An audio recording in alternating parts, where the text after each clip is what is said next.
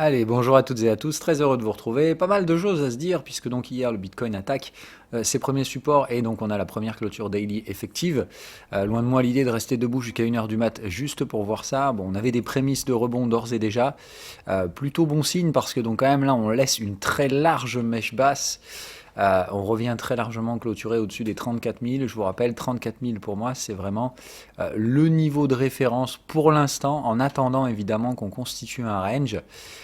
Puisque donc, comme toujours, je vous le rappelle, le plan de l'année 2021, pour moi, est un plan qu'il va falloir réajuster assez de nombreuses fois. Et notamment sur le niveau d'équilibre, le premier que je vous avais donné, mais complètement au pifomètre, 32 000, qui était clairement pas bon du tout, sur lequel je m'étais basé sur une analyse très doigt mouillé. Je vous avais rectifié ça quelques jours après avec une analyse un peu plus poussée du volume en vous disant 34 000, il y a un truc par là qui a été laissé, il y a une empreinte qui a laissé, c'est fort probable que ce soit à terme la médiane du range, parce que là j'avais fait une vraie étude de volume. Maintenant pour l'instant on peut aussi utiliser autre chose, toujours pareil, comme on semble avoir marqué quelque chose qui pourrait être un point bas, en tout cas je pense que temporairement on peut le considérer en tant que tel. Dans ce cas là vous pouvez utiliser 50% de ce range comme zone de référence, ça nous donne à peu près du coup les 36 000. Donc voilà, possible que éventuellement on réajuste la médiane de ce range autour des 36 000, même si très personnellement pour ma part je garde le niveau psychologique des 34 000. Voilà. Donc 34 000 parce qu'on y avait laissé du volume, hein, je vous le rappelle. Donc je pense que c'est là qu'on va laisser le plus de volume, ce qui m'invite quand même à penser qu'on passera peut-être, malgré le fait que, on va dire, le niveau d'équilibre de 50% du range sera probablement les 36 000, il me semble qu'on passera donc plus de temps dans la partie basse de ce range que dans la partie haute, pour plusieurs raisons, éventuellement celles que je ne peux pas forcément trop expliquer, sans rentrer dans des explications complexes.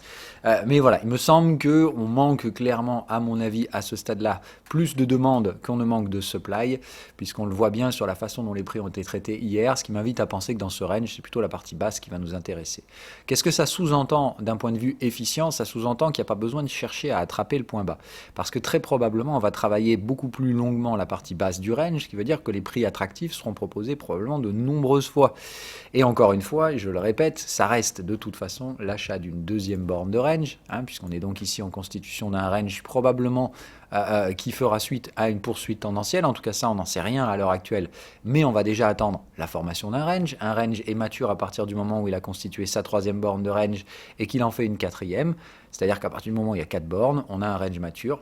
Et en attendant, voilà, on surveillera à partir de la troisième borne. Vous savez qu'en suivi de tendance, il y a la possibilité de constituer une troisième borne, puis de la casser, voire carrément de la squeezer. Bref, on va tout simplement attendre d'ores et déjà qu'on ait une, deux et la formation d'une troisième borne pour pouvoir spéculer sur une reprise de la tendance. Évidemment, la durée de cette conso, va falloir rester bien accroché parce que, encore une fois, ce sont des ranges et vu la déstructuration de l'offre et de la demande qu'on a connue par le passé, tenue par ces formes un peu paraboliques, il me semble clairement qu'on a mis l'avance rapide sur les marchés et qu'il va falloir du coup appuyer un petit peu sur le frein pour retrouver un lien prix-valeur beaucoup plus serein, avant d'éventuellement soit reprendre, soit tout simplement entamer une phase de consolidation plus profonde, même si, encore une fois, à mon sens, l'option numéro 2 me semble bien moins probable que la première. Mais l'erreur à pas commettre dans ce schéma-là, c'est justement de se dire ah, « ça va être boule, alors vite, empressons-nous, etc. » Non, je pense qu'il va y avoir un bon gros market making assez vulgaire qui risque justement donc de calmer beaucoup d'esprits impatients.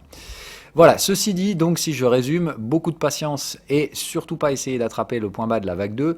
Ne vous attendez pas à des V-bottom, si ça devait être le cas, la structure de la journée d'hier n'aurait absolument pas été la même et je ne rentrerai pas dans un détail très long pour vous expliquer pourquoi. Simplement là, à ce niveau-là, faites-moi confiance.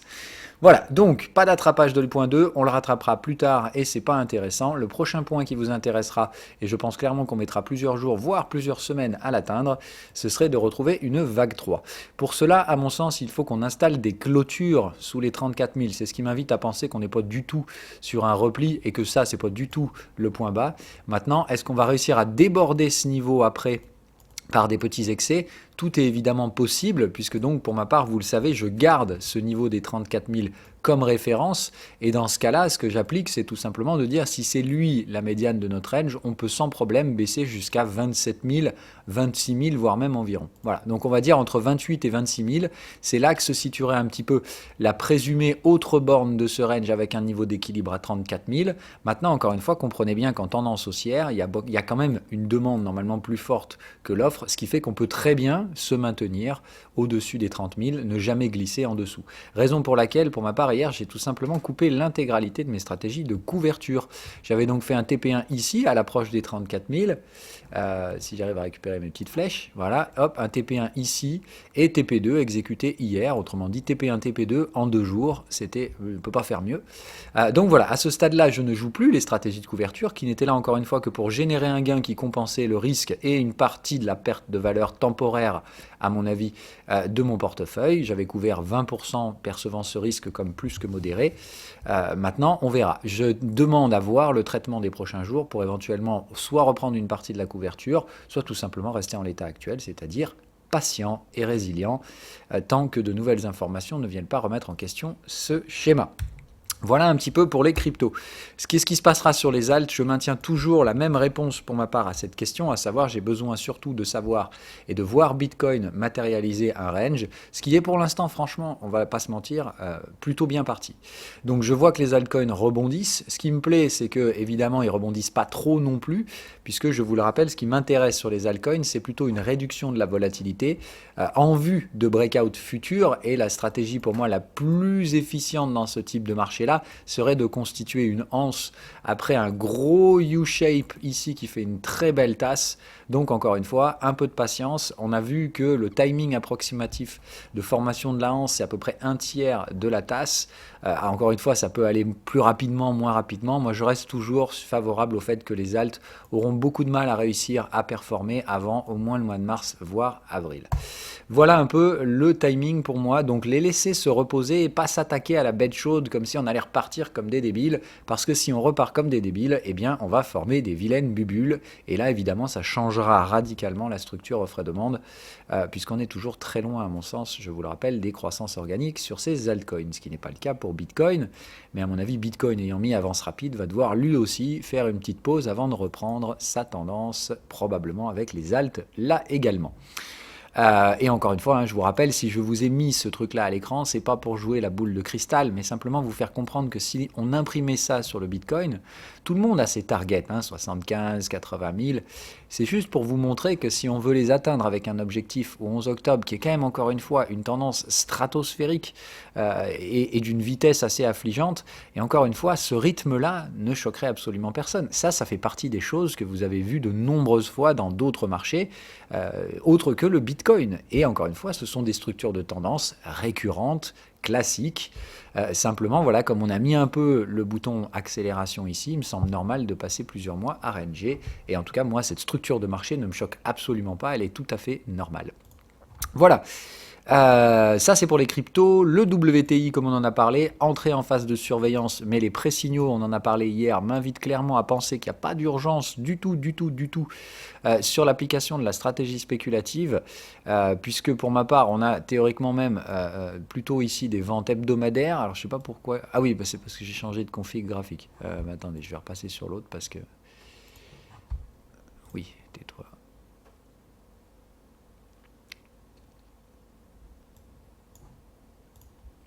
Voilà, merde.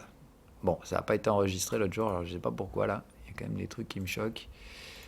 Donc on est sur des scénarios hebdomadaires, d'accord? Donc ça dure une boîte de contexte. Donc on a théoriquement jusqu'au mois de mai, d'avril, je dis n'importe quoi. Voilà, donc on a cette boîte de contexte jusqu'au mois d'avril avec une zone généralement, je vous ai dit, pour définir les zones spéculatives en reverse, on peut prendre la taille du contexte comme référence, ça veut dire qu'on peut travailler toute cette zone de prix théoriquement. Bon, c'est celle que je vous avais donnée dans le brief, pour moi le favori c'est 55-60, c'est la zone dans laquelle il faut taper sévère. En tout cas, il faut chercher clairement nos zones de reverse. Je vous laisse apprécier la clôture hebdomadaire. C'est juste pour vous dire qu'il n'y a pas d'urgence à sauter sur le bousin. Tous les éléments techniques tendent à penser que c'est clairement pas pour aujourd'hui la vente sur l'US Oil, mais on commence à regarder les différents signaux à court terme, le but étant à terme d'obtenir un signal hebdomadaire. Et donc pour les expérimenter, on surveille et on entrera sur un signal daily et on regarde les pré-signaux en 4 heures. On ne traite pas les signaux 4 heures, on les regarde. Et pour l'instant, il ne m'invite pas du tout à penser qu'un signal imminent en daily se prépare. Voilà, le gold, eh bien, on attend, puisque comme je vous l'avais dit dans le brief annuel, son futur est lié à celui des cryptos. En tout cas, ils ont un destin commun et tout autant, j'avoue que je trouve cette zone-là très intéressante parce que je vous avais dit avoir raté toutes ces zones-là sur le gold et tout en n'étant pas chaud à jouer les cassures de résistance. Bon voilà, le fort repli du gold, les signaux de range, le TP m'invite clairement à penser que ceux qui ont une vision haussière du gold peuvent clairement tenter des petits quelque chose. Il y a vraiment un truc à jouer sur ce gold. Je me pose personnellement la question de reprendre du gold avec une stratégie spéculative. Là, je ne parle pas d'aller acheter du gold physique et tout ça, mais juste de dire... Voilà, il me semble que la stratégie de réactivation en daily est belle et propre et que effectivement ce petit pullback est plutôt salvateur et je suis très curieux de voir si justement la fin de ce petit cycle vendeur qui vient chercher un niveau de support va clairement être prise par les investisseurs comme une superbe opportunité pour très rapidement se retrouver sur les résistances. Ça, ce serait un très bon signe de reprise à venir pour le Bitcoin, c'est-à-dire qu'après effectivement une super performance du Bitcoin face au gold, le gold reprend un peu d'avance, laissant évidemment entrevoir que derrière les cryptos suivront, mais plutôt dans un second temps. Il me semblerait totalement normal de voir le gold monter avant les cryptos. Ça me semblerait absolument pas un mauvais signe. Voilà, c'est juste une petite parenthèse. Donc le gold m'intéresse clairement aujourd'hui, très clairement. Maintenant, c'est très spéculatif et ce serait conditionné à une reprise acheteuse aujourd'hui et donc une structure en Morningstar. Là, si on fait une Morningstar avec une autre précédemment ici sur le support, double contact acheteur sur le contexte, clairement, j'aime autant vous dire que si aujourd'hui ça réactive sur le gold, on ne reviendra plus jamais sur ces zones-là et on reprendra le niveau des 1860 comme un support. Et à ce niveau-là, je pense qu'à terme, ne vous attendez pas à une skyrocket, mais vraiment, à mon avis, on travaille cette zone sans plus jamais glisser ici, ce qui veut dire que les stop-loss sous le point bas ici seront clairement safe. Ce qui veut dire ici, expérimenter pour ma part. Les autres, vous pourrez attendre. À mon avis, on va travailler cette zone plusieurs fois, ce qui me semble que dans ce cas-là, vous pourrez acheter sans trop de risque avec un stop-loss sous ce niveau-là, une fois la Morningstar validée. Ici, donc vraiment plus un scénario pour les expérimenter qu'on va travailler probablement dans la live room ce matin. Le reste, je touche pas trop sur le Forex. On a une petite réaction sur le dollar, mais encore une fois, attention, cette semaine, on a des chiffres CPI. Demain, de ma mémoire, si ma mémoire est bonne, à 14h30. Donc demain, l'inflation. Et ça pourrait faire changer pas mal de choses parce que je m'attends à ce que le chiffre ne soit pas du tout en ligne avec le consensus et qu'il imprime une tendance. Mais le problème, c'est quelle est-elle? Est-ce qu'on va voir une tendance à l'apparition de premiers chiffres d'inflation? Des inflations, encore une fois, très sectorisées sur des secteurs hyper demandés, etc., etc. Pas vraiment des biens de consommation courants, mais attention, voilà, on pourrait voir des premiers signes d'inflation et ça, je suis curieux de voir dans quel sens, ou alors au contraire, on ne verra rien alors qu'on sait que certains prix sont en train de monter, toujours traduisant au contraire qu'il y a donc une compensation, une déstructuration à l'intérieur des niveaux de prix. Autrement dit, certains prix sont maintenus avec des pressions très baissières et déflationnistes, surtout des biens de consommation. La compétition est dure, donc on peut pas, et les entreprises ne veulent pas monter leur prix pour ne pas perdre leur part de marché. Et d'un autre côté, certains biens qui sont en shortage, où les supply chains ont été un peu disruptés, surtout les biens technologiques, etc., eux par contre sont en train d'exploser. Je ne vous parle pas des cartes graphiques et tout ça qui ont augmenté leur prix de 25%.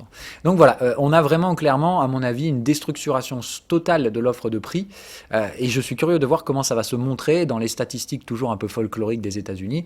Mais encore une fois, ces statistiques sont celles que les gens regardent. Donc, je suis curieux de voir quels seront ces chiffres. Petite parenthèse refermée. L'USD-Yen, même chose, voilà, tout comme l'euro-dollar, j'ai du mal à le prévoir. Je vous avais dit qu'on aurait probablement des rebonds cette année, mais qu'il n'aurait, à mon sens, aucune... ils ne prévalent absolument pas d'un signal acheteur. À mon avis, c'est plutôt de dire on risque de ranger. Et ce qui m'attend toujours, c'est de voir si, dans une phase de risque court terme, Sur les actions, on pourrait voir éventuellement l'USD-Yen dérailler sous les supports, étant donné qu'il y a quand même, à mon avis, un gros aimant qui nous attire vers le sud. Donc voilà, j'ai du mal à jouer l'achat, je reste vendeur, mais je ne renforce pas les ventes. Voilà toujours ma posture sur l'USD-Yen. Les actions, clairement, je vais me remettre sur ces valeurs-là. Elles sont très mal orientées. Pour moi, ça se joue aujourd'hui ou dans les prochaines 48 heures. Si ce timing est invalidé, et je vous le rappelle encore une fois, je pense que sur les indices, le timing n'est pas bon, ce qui m'invite à être plutôt prudent.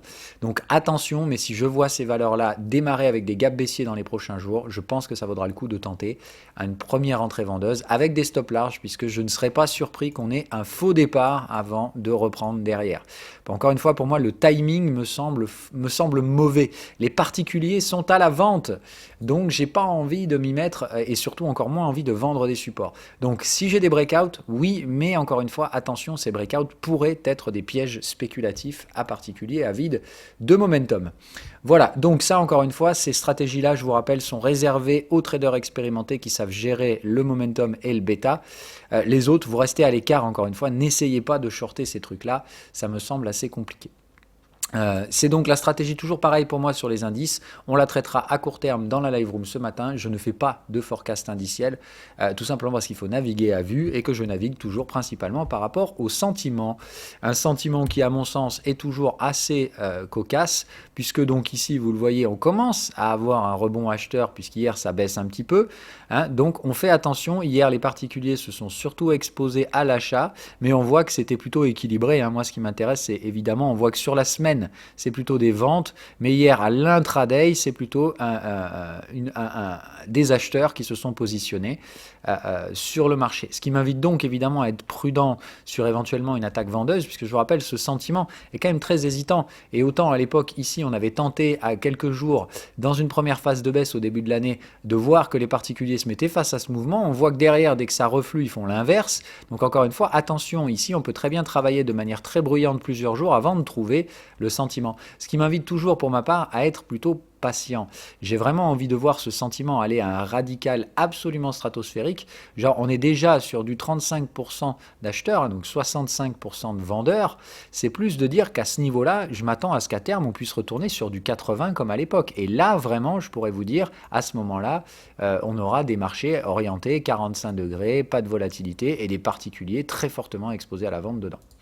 Voilà, on reverra tout ça bien entendu, donc au jour le jour pour le sentiment. Hier, une journée plutôt contrastée puisqu'elle se fait dans un biais vendeur hebdomadaire, mais avec une journée haussière, autrement dit, hier c'est vraiment neutre, on pouvait à la fois acheter et vendre, et c'est ce que j'ai fait au courant de la journée. Bon, j'ai raté mon achat Nasdaq en direct, alors que j'avais donné le plan, tout simplement parce que j'étais en train de blablater dans la live room, mais j'ai bien pris ma vente hier soir, j'aurais pris un achat derrière, vraiment ce schéma-là où hier j'avais le sentiment qu'on pouvait faire les deux. C'est un peu le sentiment que j'ai aujourd'hui, mais j'irai avec beaucoup plus de prudence. Bref, je vous explique tout ça face à un graphique dans la live room juste après. Bye bye.